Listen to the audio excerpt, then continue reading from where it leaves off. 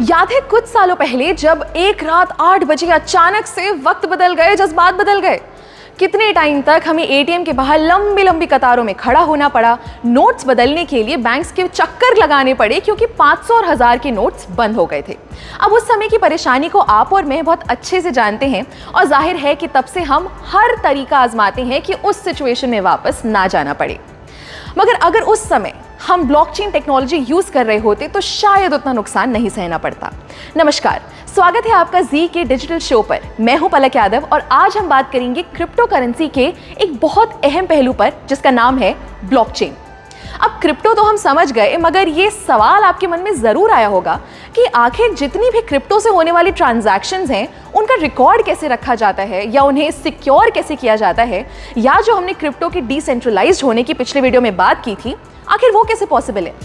इस सब का एक ही जवाब है ब्लॉकचेन। ब्लॉकचेन एक बड़ा सा बटा हुआ डेटाबेस है जो हजारों लाखों कंप्यूटर्स पे शेयर होता है और ये सारे कंप्यूटर्स आपस में कनेक्टेड होते हैं।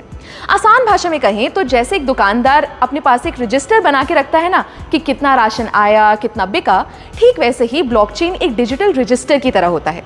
अब वैसे तो ब्लॉकचेन का कई सेक्टर्स में इस्तेमाल हो सकता है, मगर ये हाल ही में सबसे ज्यादा पॉपुलर हुआ क्रिप्टो करेंसी से होने वाली ट्रांजैक्शंस के लिए।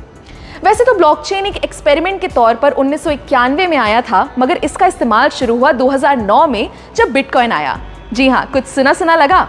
सातोशी नाकामोटो ने जब 2009 में बिटकॉइन शुरू किया तब ही बिटकॉइन के आसपास उन्होंने ब्लॉकचेन का कॉन्सेप्ट यूज किया। चलिए इसको जरा ऐसे समझते हैं।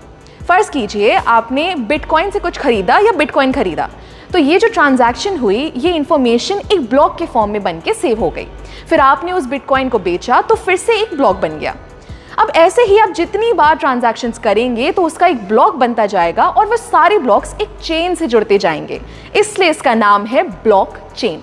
सिंपल। मगर ये हमारे ट्रांजैक्शन यानी लेन देन के डेटा को सेव कैसे रखता है? हर एक ब्लॉक की अपनी एक आइडेंटिटी होती है। जैसे आप और मेरा फिंगरप्रिंट कभी सेम नहीं हो सकता, वैसे ही हर ब्लॉक को एक की मिलती है जो उसकी अपनी होती है और सबसे अलग होती है। क्योंकि ये डिसेंट्रलाइज्ड होता है तो अगर इस चेन के किसी ब्लॉक में कोई दिक्कत भी आती है तो बाकी ब्लॉक्स पर कोई फर्क नहीं पड़ेगा।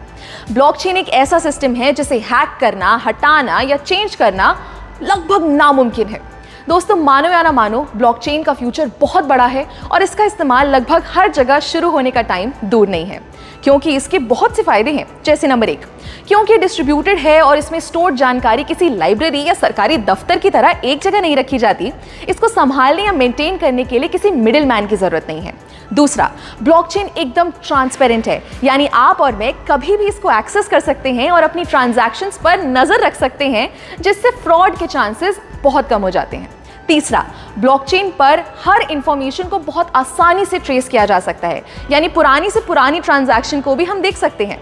चौथा, ये टेक्नोलॉजी एकदम फास्ट है। हर चीज़ का लिखा हुआ रिकॉर्ड बनाने में बहुत टाइम और मेहनत लगती है, मगर वही जानकारी को अगर ब्लॉकचेन के जरिए सेव करें तो वो बहुत आसानी से और बहुत जल्दी हो जाएगा।